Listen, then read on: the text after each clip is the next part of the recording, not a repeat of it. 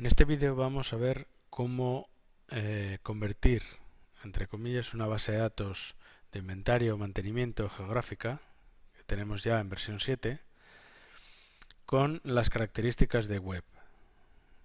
Configurar el cliente web con los permisos, perfiles y comportamiento que nosotros queremos. Una base de datos, como la de ejemplo de fotovoltaico, no requeriría prácticamente ninguna definición para funcionar en web. Es decir, para que si nosotros mediante este enlace que ya hemos usado en otros vídeos abrimos el cliente contra esta base de datos, para que se muestre estos niveles de navegación que son equivalentes a los que tenemos en Windows bajo este perfil, estos con estos, o para que el comportamiento de los mapas sea mostrarlos y permitir la edición, etc. Pero hay pequeños cambios sobre los valores de defecto que nosotros podemos controlar y vamos a ver dónde. La documentación más importante de este tema está en la web de ayuda de INGRA-ES, que se llama ayuda.ingra.es, en cuyo apartado Ayuda Ingrid Web, instalar y administrar, tenemos la visión del esquema cliente-servidor, es decir, cómo arranca el servidor, cómo la página cliente llama al servidor y cómo se puede configurar o qué servicios ofrece un esquema cliente-servidor. Esto ya se ha visto de forma práctica cómo configurarlo en otro vídeo. Para la publicación de bases con interface web, las partes más importantes son a añadir a una base de datos en blanco. Imaginemos que tiene simplemente un inventario de parques y jardines, serían los que se indican aquí, en este guión. Es usuarios de acceso web, que deben tener todos contraseña, imágenes vinculadas a base de datos en modo web, esto se puede ver en la configuración en vídeos referentes a cómo configurar los modos de gráficos, la creación de carpetas con el mismo código que los grupos de usuario, eso lo tenemos aquí en la aplicación en este nivel, es decir, hemos creado debajo de una carpeta gestión del servicio web una carpeta para cada uno de los perfiles, que se corresponde con, si nos vamos a herramientas, gestión de usuarios, los perfiles que tenemos definidos en base de datos. Uno para administrador, que va a tener permiso de edición absolutamente a todo. Otro para jefe de mantenimiento, que va a tener unos permisos prioritarios sobre la asignación de tareas, grupos de trabajo, etc. Unos ciertos, incluso eliminar información que perfiles inferiores, como los oficiales de mantenimiento, pueden introducir. Y por último, uno de clientes que, en este caso, por ejemplo, sería para consulta. En este panel tenemos los perfiles, los 4 perfiles. En esta descomposición de carpetas, los 4 carpetas correspondientes a esos perfiles, y debajo colgamos toda la información que queremos ver. Es decir, este va a ser el nivel raíz de cada uno de los perfiles. Luego podemos tener múltiples usuarios por cada perfil.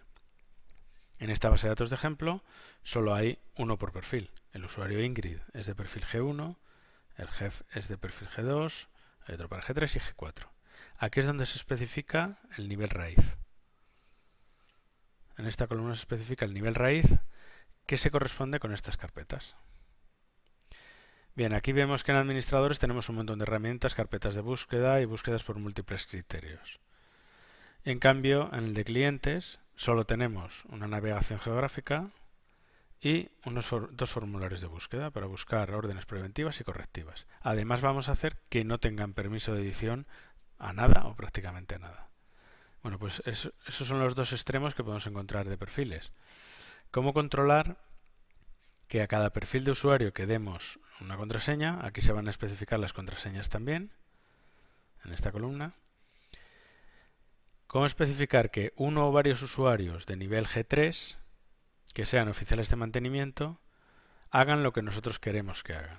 Es decir, que solo puedan introducir datos en los partes, que aparte de acceder a su carpeta de búsqueda, que sería la G3, oficiales de mantenimiento. Solo puedan editar ciertos pasos de las tareas y no otros, etcétera. Pues parte de la editabilidad y acceso en lectura a la información viene dado en la ventana de tablas y campos del modelo de datos. Aquí podemos especificar, por ejemplo, a nivel global, de tareas o de bienes. Vamos a mirar en bienes más bien.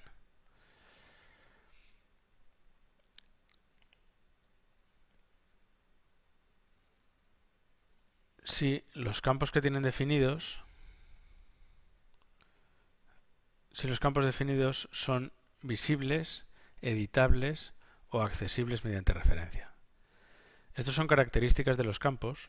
Por ejemplo, en este caso hay dos campos particulares definidos para los espacios y aquí les decimos que son visibles para todos los perfiles y editables por defecto para todos los perfiles y además referenciables. Es decir, que cualquier página que haga referencia a este campo de datos se puede mostrar. Aquí podemos cambiar los valores. Si somos administradores, estamos en edición y tenemos la ventana en modo exclusivo.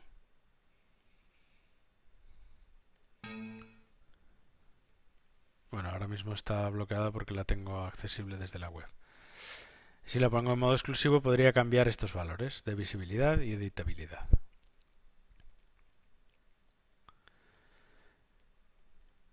Bien, aparte de la información de perfiles, usuarios, bueno, aquí hay unas características de el nombre de base de datos admite espacios en blanco. Se puede tener un usuario administrador para acceso de Windows sin que sea accesible desde web, que todos requieren contraseña, etc. Estos son epígrafes de configuración del servidor para múltiples bases, es decir, si nosotros trabajamos con múltiples bases podemos definirlas en un apartado del servidor. Y estos son componentes que se suelen instalar junto al servidor. Cada vez menos de ellos, porque esta documentación es, pues, no está 100% actualizada. Por ejemplo, el cliente de correo Windows Live Mail se utilizaba para subir imágenes. Ahora las imágenes se pueden subir directamente a la web, arrastrándolas con drag and drop. Entonces no hace falta el sistema de envío a través de correo. El Office o una suite ofimática con MAPI no es imprescindible tampoco. Podemos utilizar un Windows Live Mail.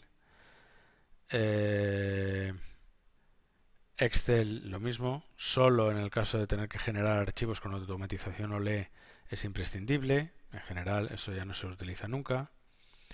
El IS o Apache ahora mismo ya no lo utilizamos en los servidores de Ingra. Utilizamos una aplicación propia para el servicio web hecho con Node.js, es decir, que no requiere tampoco ningún servidor de páginas web. Bueno, pues estos serían un poco todas las programas de terceros que serían complementarios a Ingrid, pero que ahora mismo prácticamente no hay ninguno indispensable. Y luego sí que entramos en la parte más interesante, que es personalizar la base de datos mediante funciones a utilizar en iWebDoc. Esta documentación, la más actualizada, siempre está en esta página, que se llama Notas de Ingrid Web, accesible desde la página de últimas noticias, desde la última versión. Desde la última versión tenemos un enlace que pone documentación de permisos en programación y WebDoc y nos lleva a esa misma página.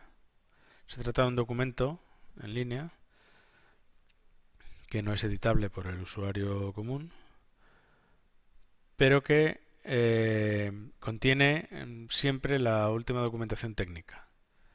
Aquí podemos ver tanto dentro de iWebDoc todas las variables, funciones, cabeceras que se definen, cómo definimos en el cliente web las listas, cómo se configuran los campos de las listas, los botones, los informes.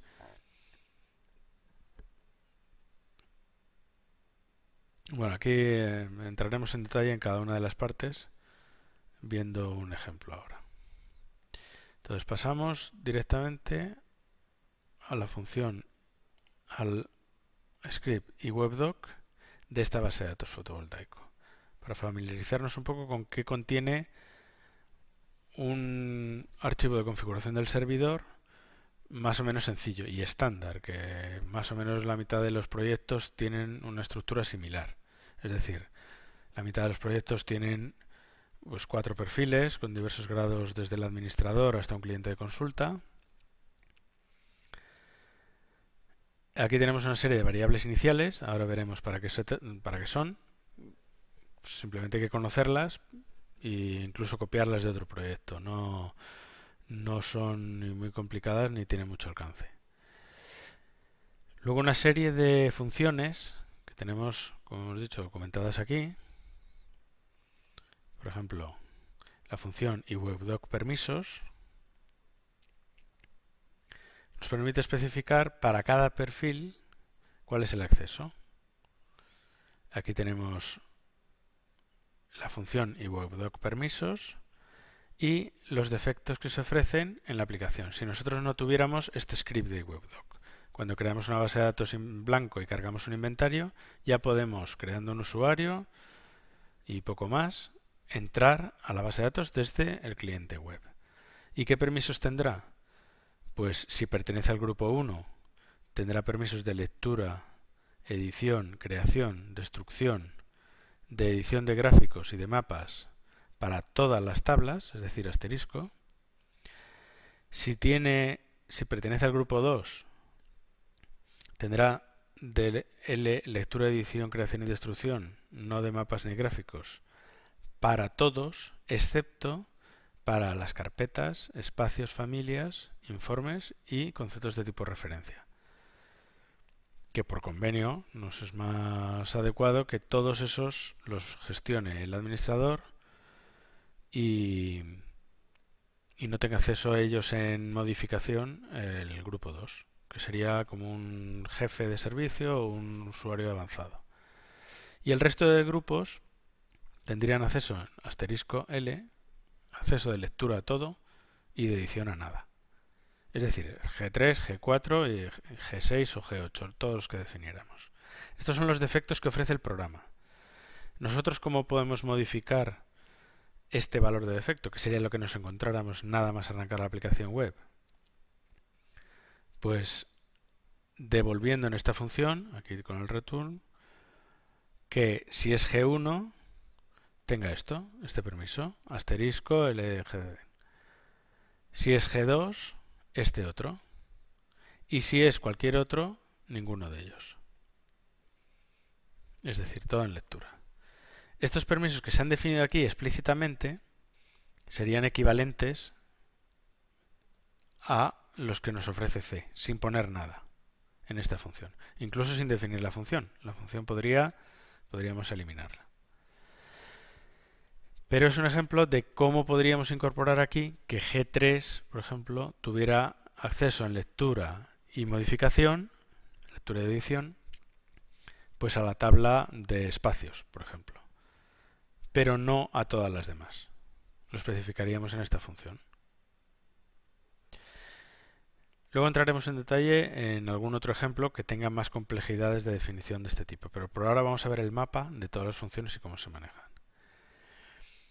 La función cabecera O admite un objeto que tiene estos métodos en principio.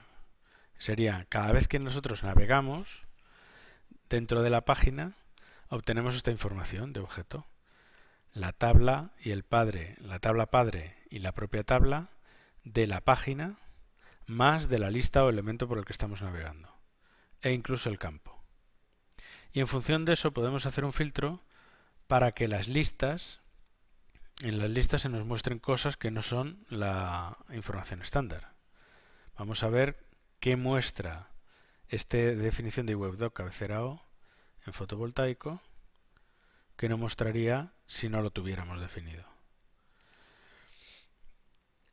Aquí estamos diciendo que en función de si la tabla es espacios concretamente zona, bins, tareas, operaciones o personas, muestre estas columnas de información. O bien en la lista principal que se muestra aquí, o bien si entráramos en una búsqueda de órdenes preventivas, por ejemplo, en estas listas. Es decir, me dice qué tengo yo que mostrar en las listas de recursos, por ejemplo, o qué quiero yo editar o ver en las listas de recursos de una tarea.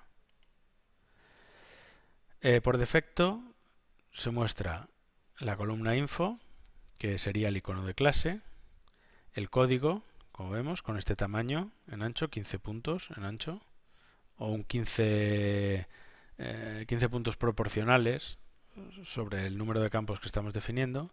¿Por qué digo proporcionales? Porque el resumen, por ejemplo, no tiene una medida.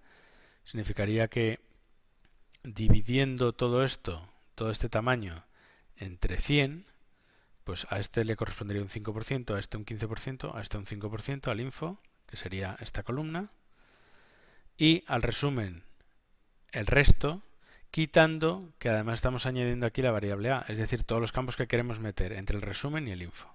Aquí, ¿cuántos hemos metido entre el resumen y el info? Ninguno.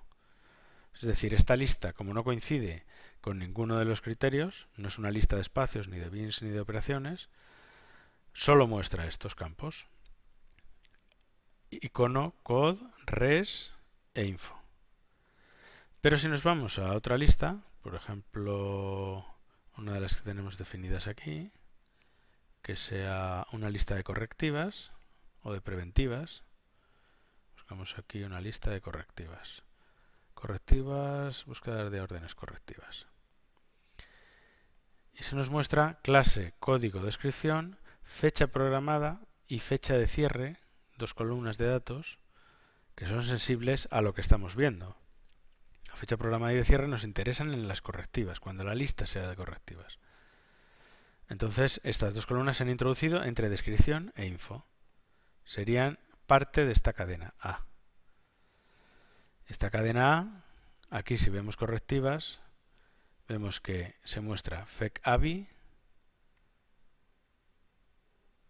Bueno, en este caso no, está mostrando, por ser el padre de tipo tarea, ya no va a entrar en esta descripción. Es decir, aquí hay una incorrección en la definición, y es que hemos definido aquí que si es la tabla es de preventivas o la tabla padre es tarea en general, queremos ver la fecha programada y fecha de cierre, que son las dos columnas que ha metido aquí. Aquí les podemos dar un tamaño también, es decir, van a tener un 10%, y gracias a eso son el doble de anchas que el info o la clase. El resto del porcentaje iría a descripción. Al ser la ventana dinámica, todas son proporcionales, no tienen un tamaño fijo, pero van con esa proporción. Bueno, decía que aquí, al decir que si la tabla padre es tar, siempre va a entrar en esta condición y siempre nos va a mostrar preventivas y correctivas con fecpro y feccer. En ningún caso se nos va a mostrar lo que hemos especificado aquí, que queremos la fecha de aviso en correctivas, porque siempre va a encontrar antes esta condición.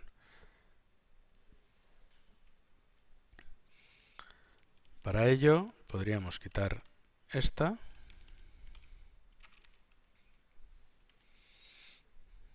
y recargar la página.